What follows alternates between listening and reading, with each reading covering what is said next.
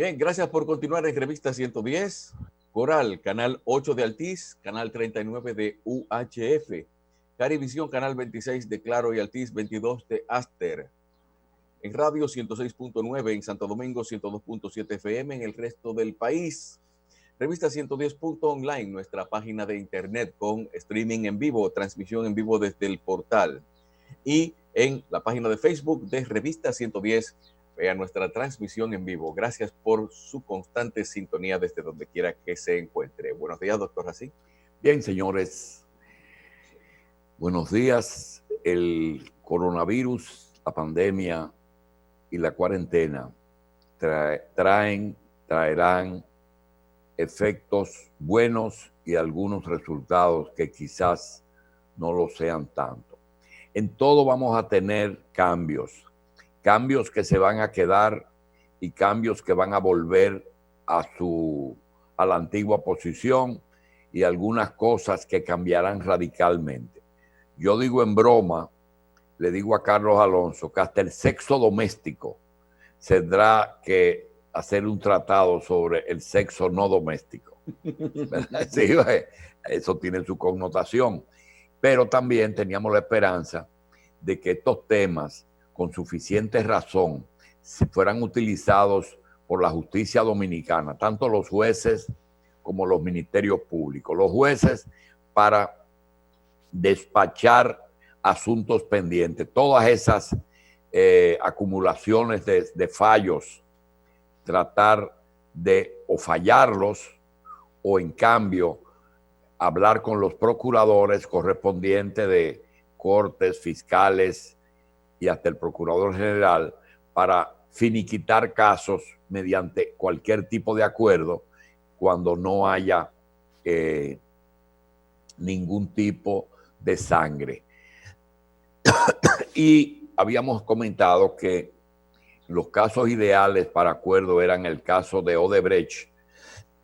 Y hablando con la oposición, porque sería triste que se llegue a un acuerdo y empiece la oposición que está tan implicada en Odebrecht como el gobierno y todos empiecen a alegar pendejadas.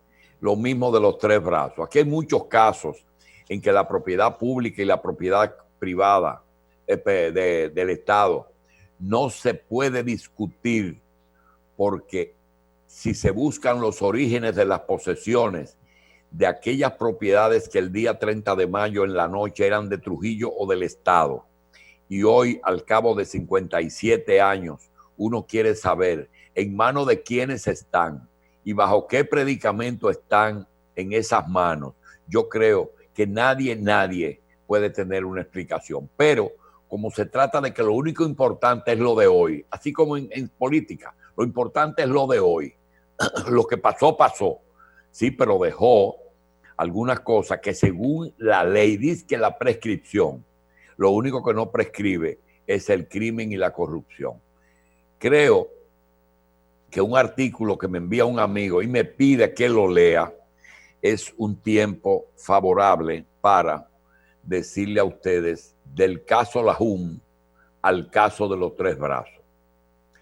Probablemente el título de este escrito pudiera sugerir una total desvinculación entre la situación que caracteriza el caso Lajún con el caso de los tres brazos.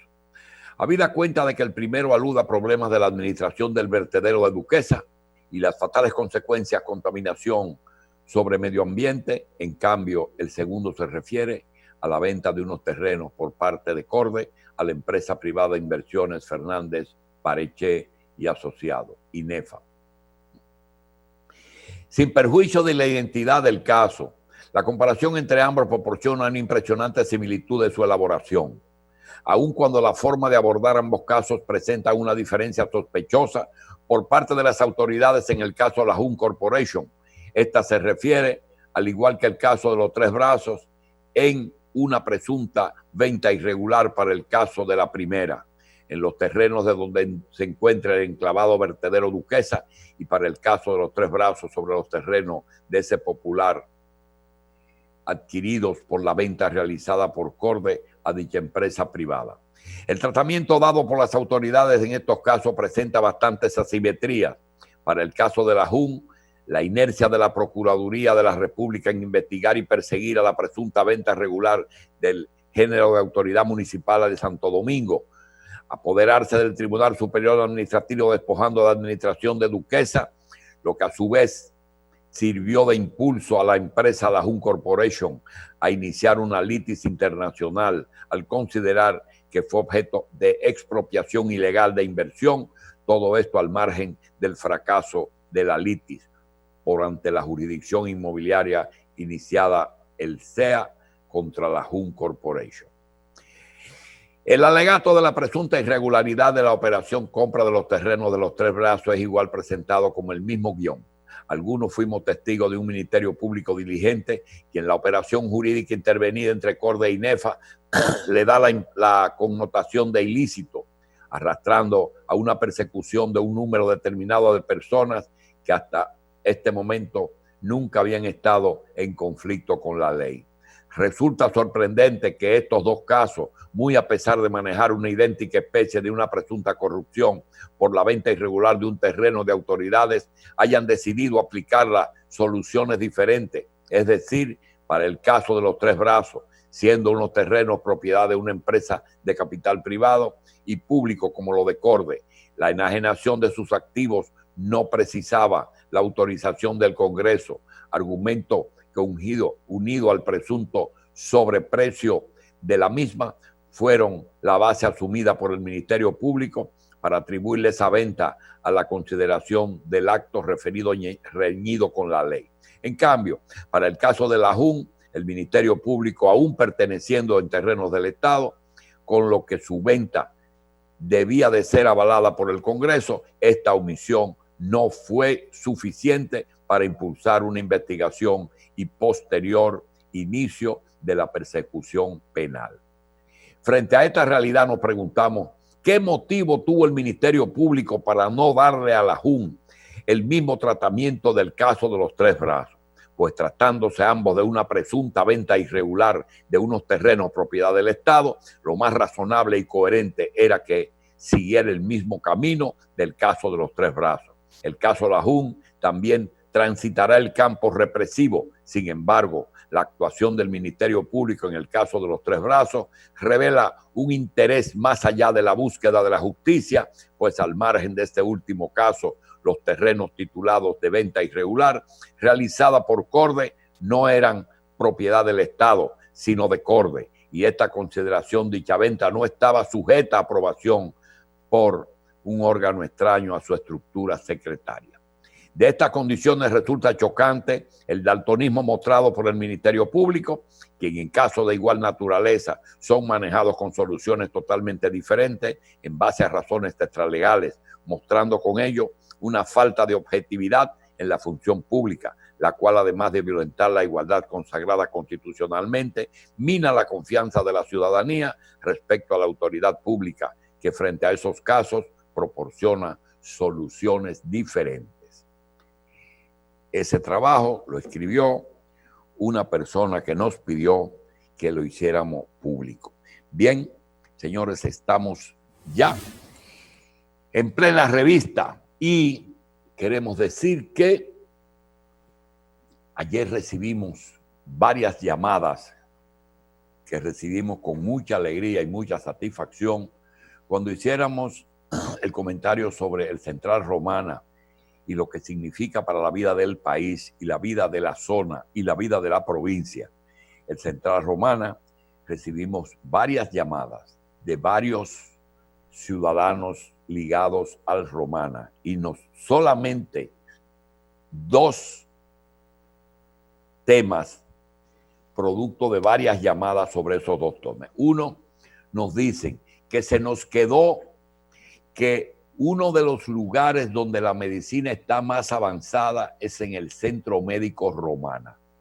Y es cierto, no hablamos del Centro Médico Romana. Cuando el entonces propietario, presidente de Romana Corporation, don Charles Brudon, tuvo que trasladarlo prácticamente muerto a Estados Unidos por falta de atención, el Central se dedicó a realizar unidad médica que hoy se llama Centro Médico Romana, y que tiene todo lo que se necesita. Es junto con Sedimat y el Homs de Santiago el tercer centro más completo que dispone República Dominicana. De manera que es así. Tuvo una razón, como resulta que mucha gente dice, pero si Cuba es tan pobre, ¿por qué tiene medicina turística? Muy sencillo. Cuando comenzaron los líderes cubanos a sentir temor por la posibilidad de que al envejecer ellos comenzaban a aparecer ya enfermedades propias de la tercera edad, ellos comenzaron a pensar que era muy difícil que ellos se trasladaran a España, a Estados Unidos, ni pensarlo, a Venezuela o a Brasil, y decidieron hacer una inversión en su propio país. Fue tan buena y tan eficiente la creación de varias unidades de medicina en Cuba, porque no fue en todo el territorio, fue específicamente en La Habana que se hicieron 4 grandes centros de salud. 4 grandes centros de salud. En caso de que esos líderes tuvieran problemas de salud, ellos no tenían que salir de Cuba. Y terminó instalando una unidad tan eficiente y tan costosa que decidieron vender turismo de salud, hasta vender el excedente para que la gente viaje a Cuba, pague sus honorarios, y así nace la medicina moderna en la isla de Cuba. De manera que esa llamada que nos hicieron sobre el Centro Médico Romana la extiendo a el comentario de ayer. También nos dicen que no es solamente una fábrica de cigarros, que en la zona franca de Romana existen, no desde el punto de vista numérico. Nos dice alguien que vieron que en un almacén de la fábrica de tabacos, climatizado para mantener la humedad y la temperatura que se necesitan para mantener la buena calidad de un cigarro, que llegaron a ver 4 millones de unidades de puros que en el mercado internacional se venden hasta $5 costo. Si ustedes multiplican 4 por 5, tienen en almacén 20 millones de dólares en cigarros. Y nosotros pensábamos que eso era una industria única. No, aunque no tienen el mismo almacenaje, ahí hay empresas que fabrican desechables médicos de alta calidad, igual que los que se fabrican en Itabo, ahí en Jaina, y creo que es la misma empresa, Baxter, y que fabrican desechables.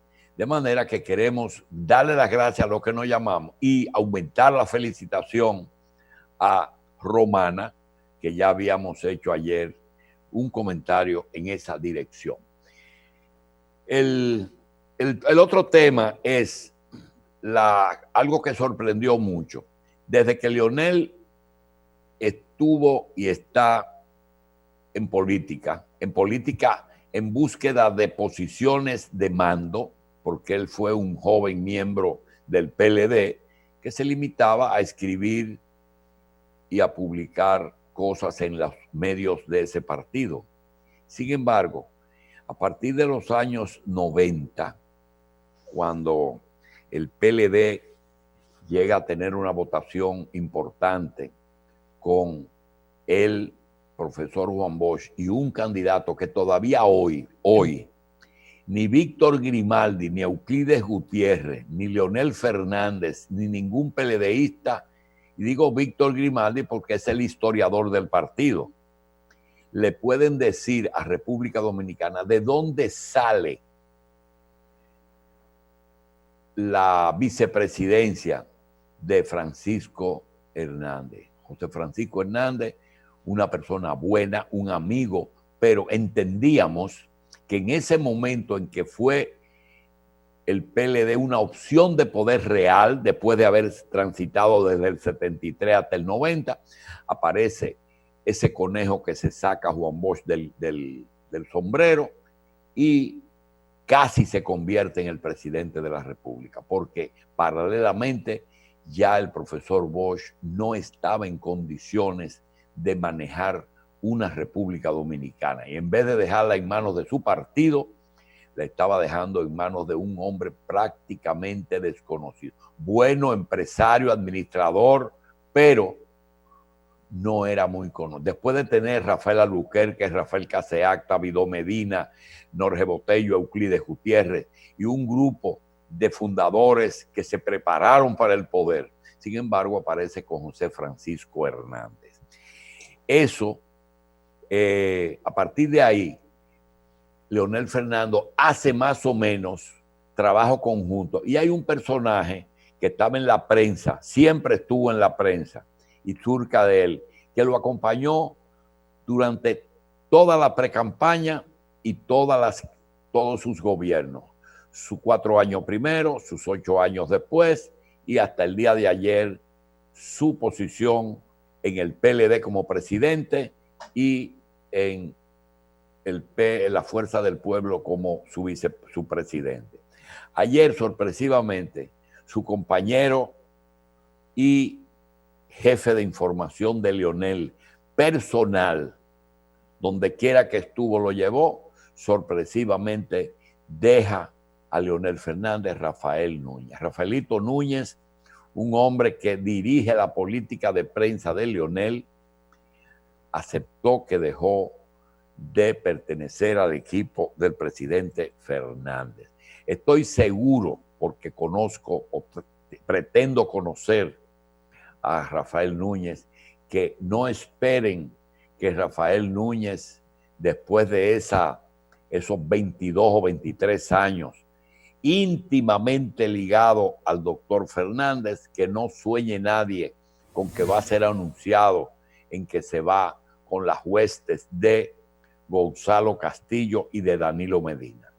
Conociéndolo, no lo hace. Posiblemente se retraiga y se quede, a menos que las razones que él no quiso dar sean tan de un peso tal que él, entonces, además de abandonar esa línea, también decida advertirle al país que la posición de Leonel quizás no sea la mejor. No creo que Rafaelito llegue ahí, porque él mismo catalogaría de una falta de lealtad, porque tú no puedes decir, yo me equivoqué toda la vida. Tú puedes decir, tuvimos diferencia en este momento, y creo que así se va a quedar, como tuvimos referencia en este momento. Pero decir, yo estuve casado con esa mujer 30 años, pero a los 30 años me descubrí que ella era avisca. No me había dado cuenta que era avisca. Entonces, ese evento no es un elemento que contradice lo que está ocurriendo, que tampoco se quiere decir que muchos de los que hoy se van o del PRD al PRM o del PLD de Danilo al PLD de Leonel o viceversa, lo están haciendo por patriotismo. Ellos están viendo para dónde el viento está soplando. Y en muchos casos, señores, en muchos casos, yo creo que aunque ellos no los digan, aunque hay mucha gente de valer que se han ido, hay que reconocerlo, gente que vale mucho. Hay que reconocer también que muchos de ellos ha sido una carga pesada que se le ha quitado a la organización de que ellos se fueron. Algunos hasta sería motivo de celebración que hayan abandonado ese. Imagínese usted se imagina la garrapata en el escroto que tenía Miguel Vargas con Guido Gómez. Era un problema. Yo creo que que Guido haya vuelto a donde tenía que estar desde que se fundó el PRM era lo correcto. Pero hay muchos que indudablemente son resultado de que ellos entienden que donde tenían que estar era ahí. Hay algo que se está a veces pensando. Ustedes saben que es el mejor donante que puede recibir Luis Abinader, y lo están recibiendo, ya comenzó a recibirlo con las donaciones que él está haciendo. Donaciones de pruebas, donaciones de hospitales, donaciones, porque todo el mundo sabe que no todos los candidatos utilizan ni los fondos que le aportan sus seguidores, porque aquí no solamente la Junta, también mucha gente va donde el candidato y le dice, mire, yo quiero donarte un combustible para ir a buscar dominicanos a Cuba. ¿Qué importa? O decirle, yo te voy a donar un hospital para que tú lo dones a nombre tuyo. Todo eso es así. Pero lo más importante es la donación del suplidor. Los suplidores son personajes que se mueven en todos los partidos y todos los gobiernos con diferente intensidad. El que puede escribir un tratado sobre eso se llama Ángel Rondón Rijo. Ese es que puede escribir un tratado sobre cómo se maneja la política y la economía dependiendo de quién va a ganar, cómo están las encuestas y a quién es que hay que donarle más que a otros. Eso no es nuevo. Eso es en Estados Unidos y en todas partes del mundo. Quisiéramos decir que el suplidor es vital. Mire, el aporte es más importante hoy día que hasta el trabajo político. Usted puede coger y desaparecer los afiches, desaparecer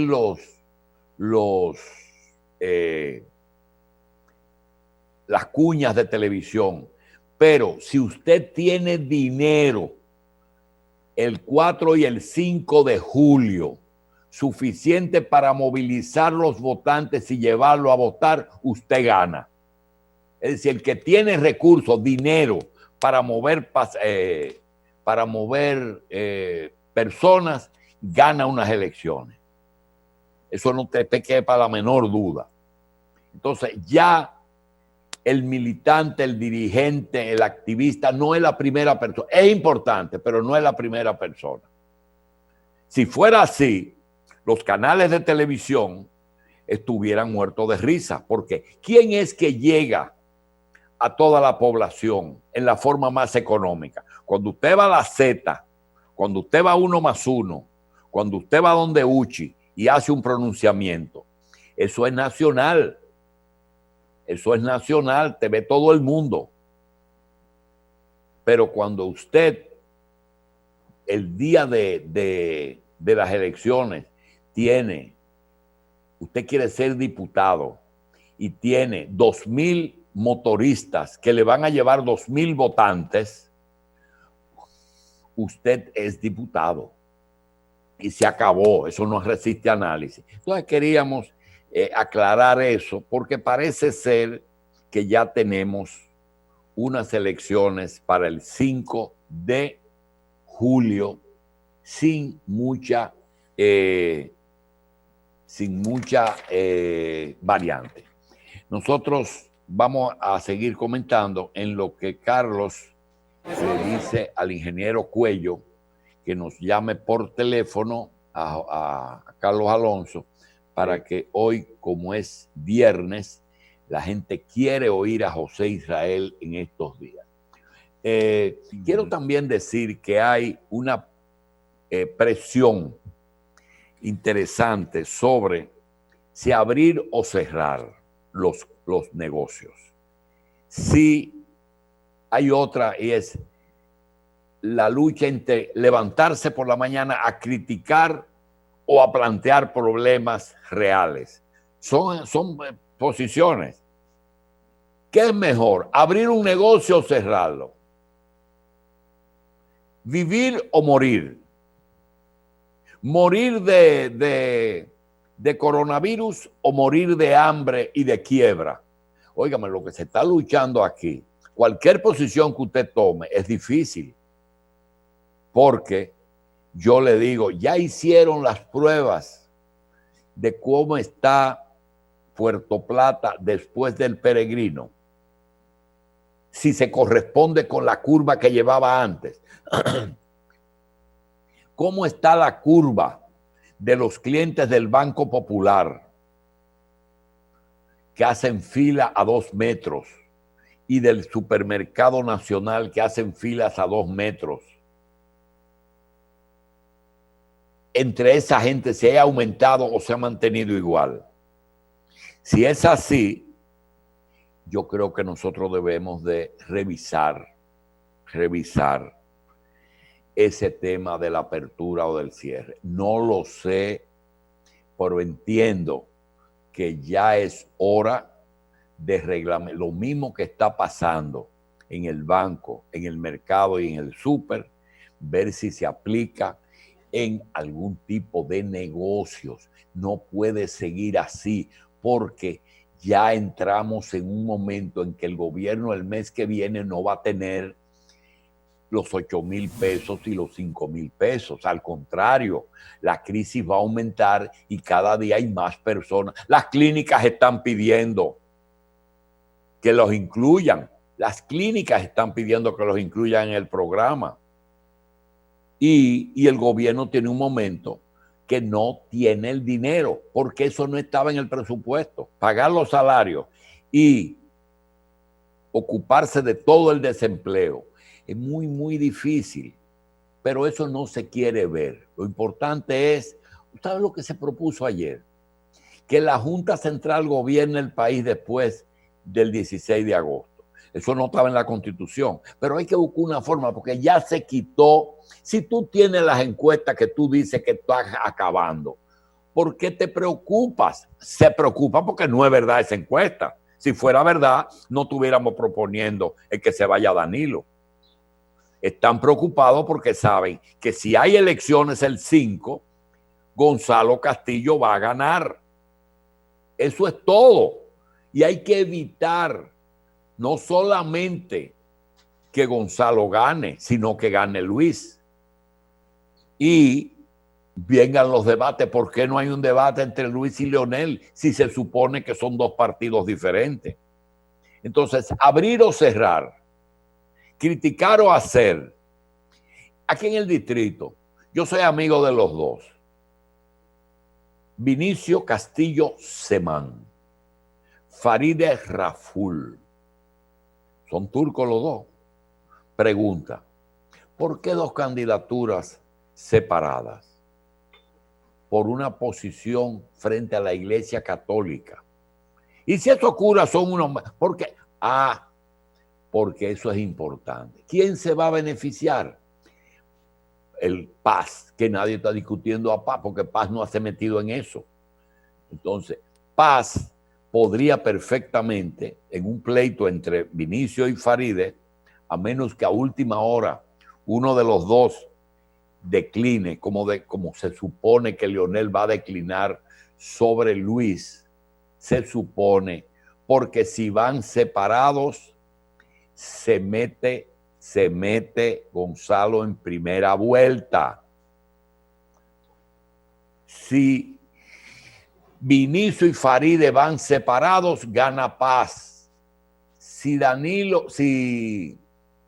Leonel Fernández y Luis Abinader van separados en primera vuelta, gana en primera vuelta Gonzalo, sin falta.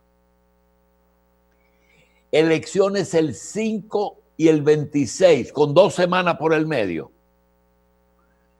Bueno, vamos a hacerla. Cuando tú ves que el gobierno no ha fijado posición, es porque le conviene al gobierno. Porque ellos insisten si le conviene al gobierno. ¿Por qué? Porque ellos están dispuestos a hacer cualquier rebú, porque no les interesa la salud, les interesa lo que se puede hacer para sacar a Danilo y poner cualquier cosa. Yo entiendo que aquello de que el cambio va es una buena línea. Creo que está muy bien, el cambio va. Pero supongo que si el cambio va, debería decirme, viene Raful, bien, eso es cambio. Viene Paliza, eso es cambio. Viene Luis, eso es cambio. Pero el cambio es Leonel. El cambio es la fuerza del pueblo, la Fuerza Nacional Progresista. El cambio es toda esa gente que durante tanto tiempo tuvieron. Hipólito es el cambio. Entonces, tenemos que necesariamente determinar eso. Vamos a hacer